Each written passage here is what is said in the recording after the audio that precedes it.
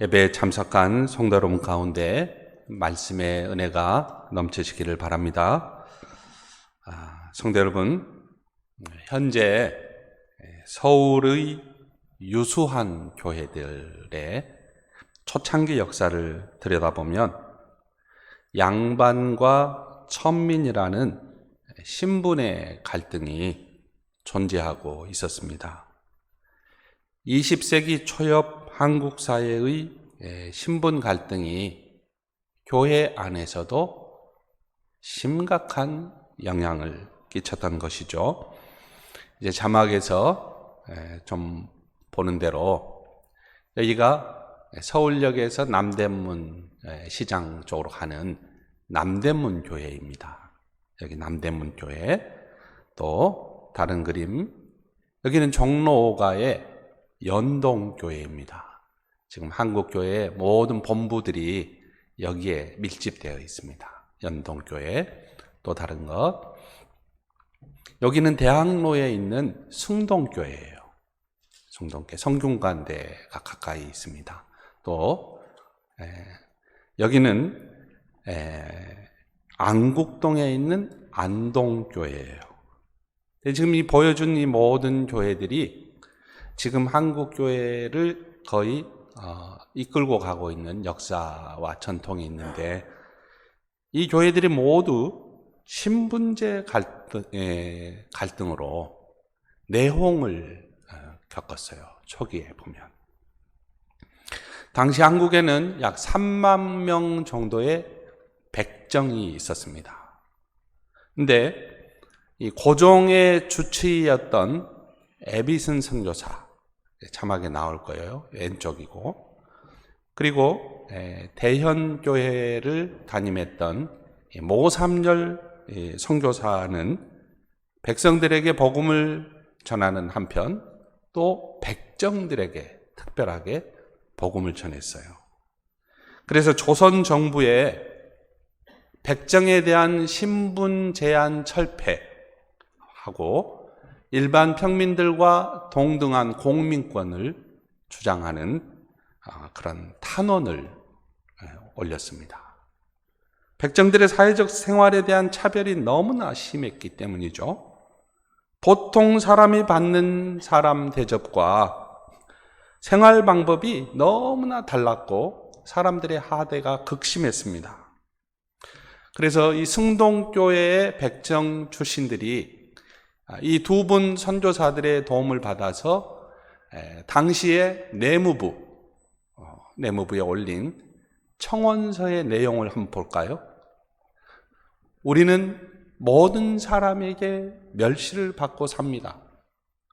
심지어는 관가에서 심부름하는 하치들까지 우리를 업수히 여기고, 업수히 여긴다, 이건 함경도 방언인데 업신 여긴다라는 말이에요.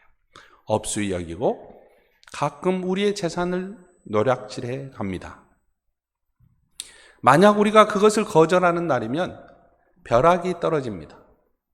그네들은 우리의 뺨을 가리고 옷을 찢고 온갖 악담과 욕설을 퍼붓습니다. 그뿐만이 아닙니다. 그 자들은 우리를 잡아다가 강제로 이를 부려먹으며 엽전 한 푼 안 주면서 천대가 이만저만이 아닙니다. 당신의 비천한 충복, 우리 백정들이 어찌 슬프지 아니하며 뼈에 사무치도록 아프지 아니하겠습니까? 이렇게 청원서를 올렸어요. 이 청원서는 선교사들의 도움을 받아 자신들의 참담한 내용을 알린 거죠. 근데 이례적으로 조정에서 며칠 후에 포고를 내렸어요. 그리고 백정에 대한 복장 제한 철폐는 물론이고 법적으로 동등한 권리를 보장하는 회신을 보냈습니다. 너희들의 소원을 허락한다. 갓을 쓰고 망건을 써라. 그리고 다른 일반 백성들처럼 옷을 입고 일반 백성들처럼 살아가라. 그러나 관리들이 와서 너희들을 억압하는 일이 있거든 싸움을 하지 않도록 조심하고 이 포고문을 그들에게 보여주어라. 여러분, 이런 모든 게 당시 선교사들의 영향이 굉장히 컸어요. 왜냐하면 고종의 목숨을 시시때때로 노리는데 궁을 누가 지켰느냐? 선교사들이 총을 차고 왕궁을 지켰어요. 병원과 학교를 세웠잖아요. 이런 영향이 다 있었던 거예요. 이 양민과 천민 사이의 갈등을 보여주는 이 초기 교회들 가운데 특별히 이번에 그림에 나오는 안동교회 있잖아요. 안동교회인데요.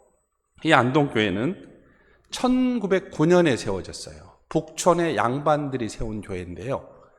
그러나 실상을 파고 들어가 보면 연동교회에서 가파치라고 하는 천민이 장로가 됐어요. 그래서 거기에 대해서 양반들이 반발을 했습니다. 그리고 승동교회에서는 백정이 장로가 됐어요. 양반들이 거기에서 반발을 했어요. 그래서 두 교회의 양반들이 나와서 양반들을 위한 양반들의 교회를 세운 거 어디냐? 여기에요. 안국동에 있는 안동교회. 그러나 지금 이제 이 교회들이 현재는 정말 이 사회의 빛과 소금으로 역할을 다 하고 있습니다. 그만큼 120년 전의 한국 사회는 또 한국 교회는 신분제 때문에 엄청난 갈등을 겪었다는 말이에요. 여러분, 우리가 오늘 빌립보서 2장을 읽었는데요. 빌립보서 2장을 이해하는 키워드는 뭐냐? 당시 사회가 노예 제도가 아주 일반적이었다는 거예요. 신분제 사회에서 교회의 일치를 어떻게 이루어가고 그리고 성도의 성화는 어떻게 추구해 가는 것인지 이것을 메시지로 주는 것이 바로 오늘 본문의 내용입니다. 빌립보 교회는 내부 분열이라는 문제점을 가지고 있었습니다. 교회 내에 당파가 있었어요. 당파가 있다 보니까 당파심으로 자기 파의 이익을 위하다가 보니까 자연히 다투게 됩니다. 그리고 말다툼을 하다 보니까 성령과의 교제가 단절이 되죠. 그러니까 세속적인 허영에 빠질 수밖에 없었어요. 여러분, 왜 하나님께서 화를 내지 말라고 하느냐? 그리고 화가 나고 싸울 때도 왜 하루를 넘기지 못하게 하느냐? 그러면요, 우리가 다투고 싸우면요, 성령과 단절이 이루어져요. 하나님과 교제가 이루어지지 않습니다. 무엇보다도 신분제 사회에서 주인이 종을 자기보다 낮게 여긴다고 하는 것은 거의 불가능에 가까웠어요. 자기보다 우월한 사람, 더 나은 사람으로 여긴다고 하는 게 쉽지 않았어요. 지금부터 120년 전에 우리 한국 사회의 신분 갈등이 그렇게도 심했는데요. 이 성경이 쓰여졌던 2000년 전 상황은 얼마나 심했겠습니까? 더하면 더했지 우리 한국 사회보다 못하지는 않았을 거예요. 그러니까 바울 사도가 활동하던 시대에 노예 제도는 제국에 널리 퍼져 있는 사회 구조였어요.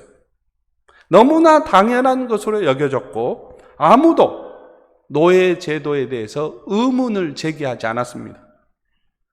노예들 스스로도 대다수가 자유가 무엇인지 알려고도 하지 않았어요. 노예들은 대강 20%, 5분의 1 정도 됐는데요. 이 제국이 움직이는 게 이 사람들 때문에 움직였어요. 경제활동의 주역이었어요, 노예들이. 주인의 요구에 따라서 교사도 하고 요리사도 하고 상인, 심지어는 의사에 이르기까지 다양하고 광범위한 직종에 봉사했습니다. 이들의 목적은 하나예요.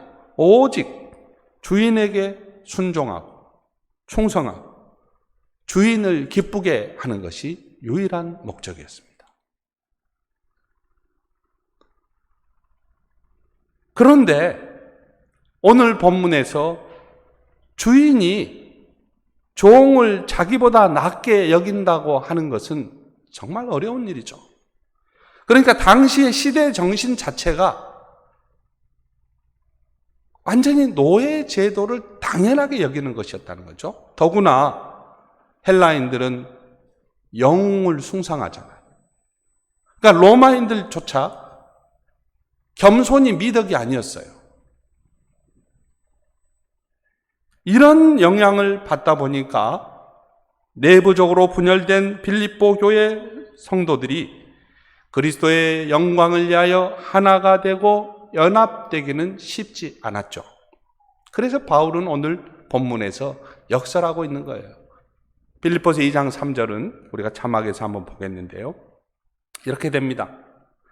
아무 일에든지 다툼이나 허영으로 하지 말고 오직 겸손한 마음으로 각각 자기보다 남을 낮게 여기고. 여러분, 이 말을 평면적으로 받아들이면 안 돼요. 지금 우리 사회처럼 받아들이면 안 된다는 거예요.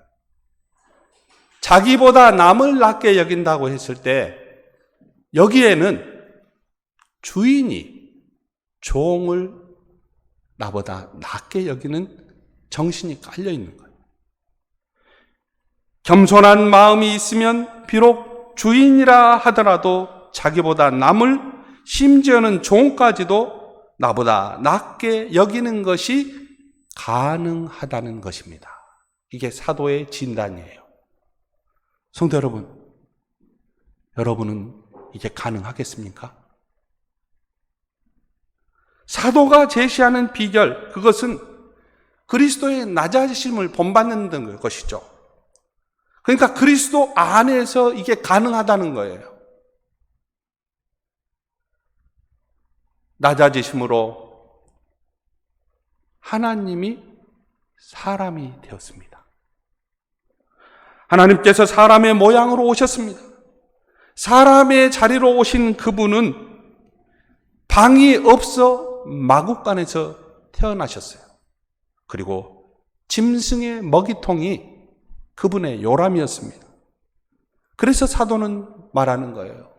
그리스도 예수, 그분은 자기를 비워 종의 형체를 가졌습니다. 자기를 비워 종의 형체를 가졌습니다. 여러분, 우리가 함께 읽은 이 본문은요, 그리스도의 창가, 그리스도 창가라는 제목이 있어요. 우리가 예배 드릴 때에 사도신경을 암송하고 또 주기도문을 암송하지 않아요? 그런 것처럼 초대교회의 성도들이 예배 드릴 때 꼭 암송했던 데가 어디냐? 바로 빌립보서 2장 5절에서 9절까지예요. 이걸 암송을 했어요. 그리스도의 창가이죠. 여러분, 오늘 본문 말씀을 제가 좀 다른 버전으로, 그리고 또 제가 좀 사역도 했는데 한번 같이 읽어볼까요? 5절부터 쭉 읽습니다. 우리 안에 그리스도 예수의 마음을 품고 예수님처럼 행동합시다. 그분은 하나님과 똑같이 높은 분이셨지만 결코 높은 자리에 있기를 원하지 않으셨습니다. 오히려 높은 자리를 버리시고 사람의 모습으로 이 땅에 오시고 종과 같이 겸손한 모습을 취했습니다. 당신 자신을 낮추셔서 죽기까지, 십자가에 달려서 죽기까지 순종하셨습니다. 그러므로 하나님은 예수님을 최고로 높은 자리에 올리시고 모든 이름 위에 뛰어난 이름이 되게 하셨습니다. 사도 바울은 엄중한 신분제 사회에서 당파로 나뉜 교회적 분열 위기 속에서 어떻게 하면 빌립보 교회 성도들이 하나가 될 수 있는지 바울이 제시하는 비결이 바로 그리스도의 겸손이었습니다. 그리스도의 낮아지심이죠. 그리스도 예수는 죽기까지 하나님께 순종했습니다. 이것은 인간의 삶과 인간의 연약함을 받아들이고 체험하고 살아내신 지상 사역에서도 증명이 된 일입니다. 그분은 죽으시되 십자가에 달려 죽으셨습니다. 여러분, 십자가의 죽음은요, 죽음 중에서도 가장 비천한 죽음입니다. 노예와 이방인에게만 행해지던 저주의 죽음이었어요. 그래서 유대인에게는 거리끼는 것이고 헬라인에게는 미련한 죽음이었습니다. 하지만 그리스도 예수님은 십자가에 죽으셨어요. 여러분, 이걸 신학적인 용어로 뭐라 그러냐? 케노시스다 그럽니다. 그리스도의 자기 비하. 그러니까 낮아지셨는데 어디까지? 이 땅에 성육신 하실 때에는 마국간 그리고 말구유에 요람을 펴신 것처럼 그렇게 낮아지셨고, 그리고 돌아가실 때, 죽으실 때에는 가장 비천한 죽음의 자리, 십자가에. 그러니까 스펙트럼이 넓죠.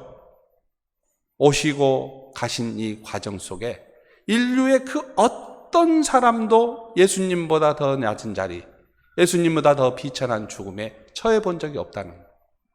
다 경험하셨다는 거예요. 우리를 다 아신다는 거예요.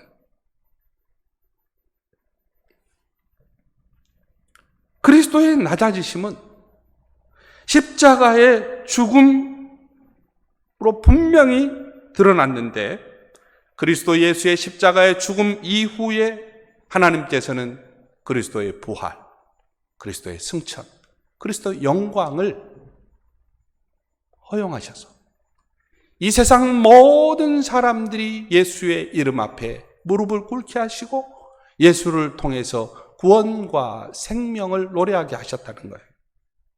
그래서 바울이 빌립보 교회 성도들이 그리스도 안에서 서로 낮아지는 겸손이 소망 있는 축복의 기름을 지금 역사하고 있는 거예요. 빌립보 교회 성도들아, 우리에게 유일한 희망이 있다면 그리스도의 겸손을 본받아서 우리가 낮아지는 것이다. 지금 여러분, 2020년 9월 한국 사회에 성도들에게 주시는 말씀이 아니겠습니까? 성도 여러분, 우리가 그리스도인이라면 당연히 해야 할 것이 있습니다. 진정 우리가 그리스도인이고 그리스도인이 맞다면 우리 안에서 역사하시는 성령의 교제와 사랑으로 겸손한 삶이 풍성해지는 거예요.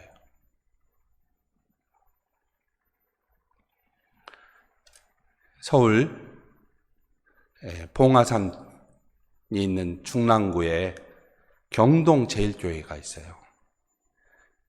1943년 일제강점기의 어두운 그림자가 가장 짙게 드리워져 있을 때 이 교회에는 왕가 출신의 이재형 목사와 그리고 그의 마부 엄기연 영수가 있었습니다.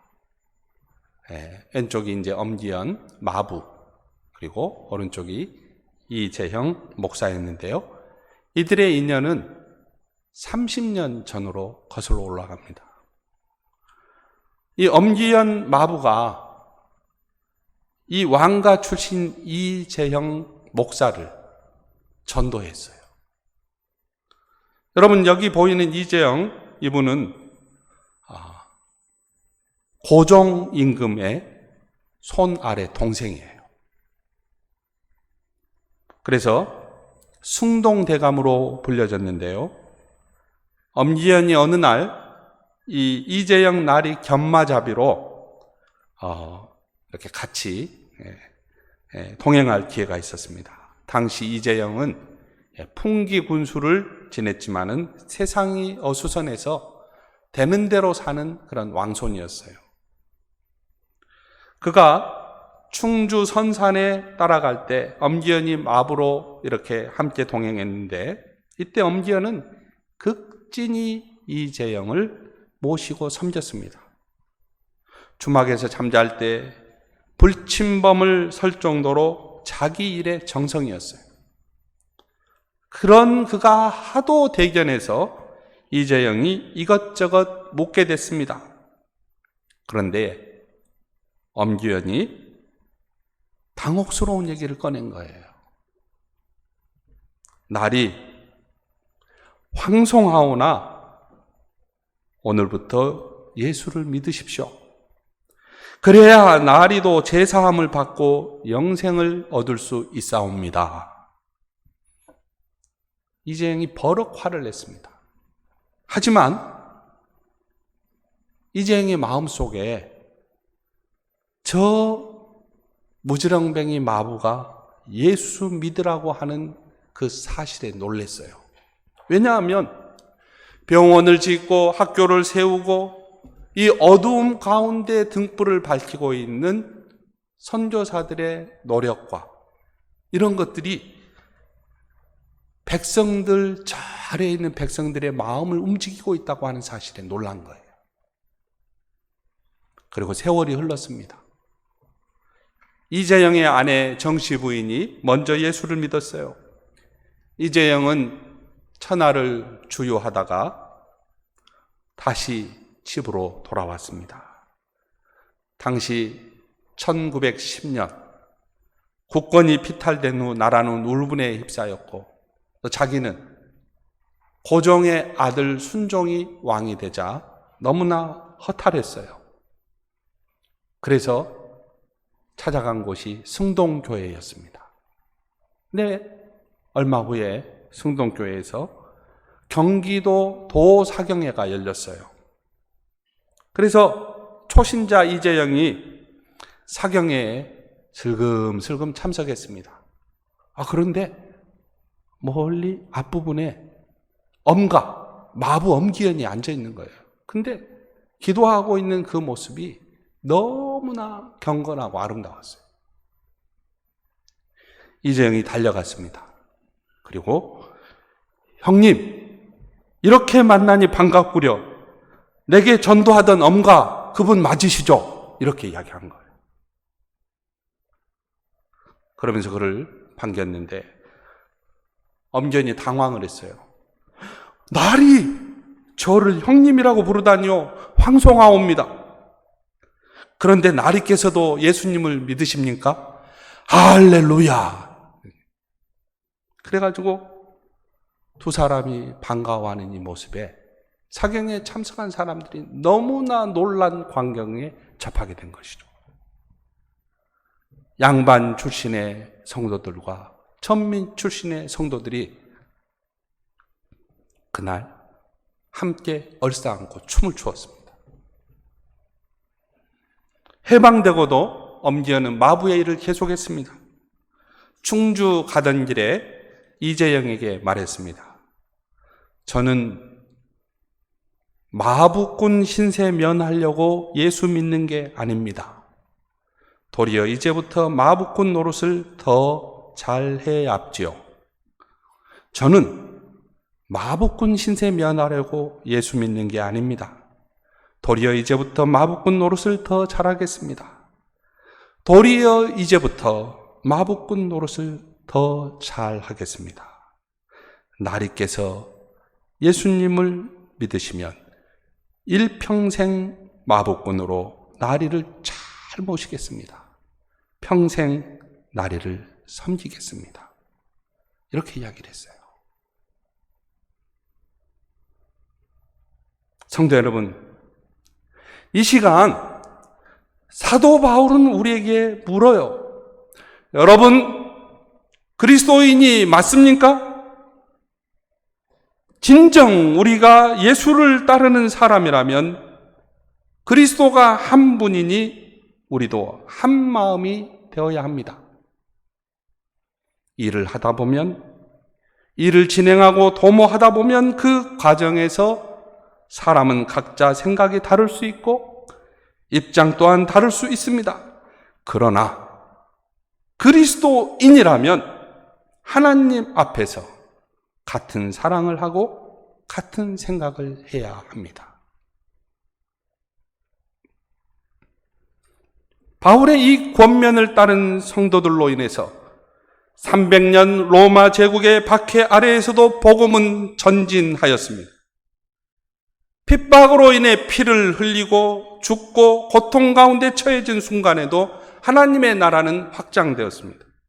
급기야 베드로 사도가 십자가에서 순교했고 바울 사도는 칼에 찔려 죽었지만은 사도들의 선포는 살아서 역동하는 힘이 되어 많은 성도들의 삶을 움직였어요. 성도는 유대인이나 헬라인이나 종이나 주인이나 남자나 여자 없이 다 그리스도 안에서 하나입니다. 여러분, 이 메시지가 신분제 사회에서 120년 전이 아니고 2000년 전에 신분제 사회에서 울려 퍼진 거예요. 이것이 로마인들의 심기를 불편하게 했습니다. 그러나 성도들은 이 말씀을 살았습니다. 교회는 비천한 사람들을 환대했습니다. 모든 인간의 생명을 귀하게 여겼습니다. 이것이 로마 사회의 구조를 서서히 흔들면서 그리스도 안에서 교회와 성도는 노예와 주인이 하나가 되어 교제하고 여자와 남자가 동등한 존재로 활동하게 되었던 것이죠. 당시 교회는 작은 누룩과 같았습니다.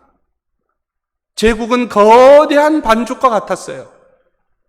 그런데 이 작은 누룩과 같은 교회의 실천이 자신을 핍박하고 죽이고 애토리가 되게 했던 거대한 로마 제국을 기독교 공인하게 했고 결국은 기독교 국가가 되게 했습니다. 성도 여러분, 코로나 시대를 지나면서 또 우리가 추석 명절을 지낼 때에도 순천 동명교회로 인해서 순천 동명교회 성도들로 인해서 교회 가고 싶다. 세상의 정보는 뉴스에서 나온 것은 다 교회 비방으로 일색이지만 순천 동명교회의 신앙인들은 다르다.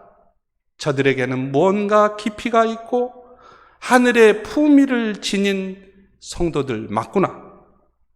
순천 동명교회는 무언가 다르구나. 한국교회는 정말 다른 점이 있구나. 바라건대 주위 사람들이 우리의 겸손함을 통해 하나님께 영광 돌리기를 주님의 이름으로 축복합니다.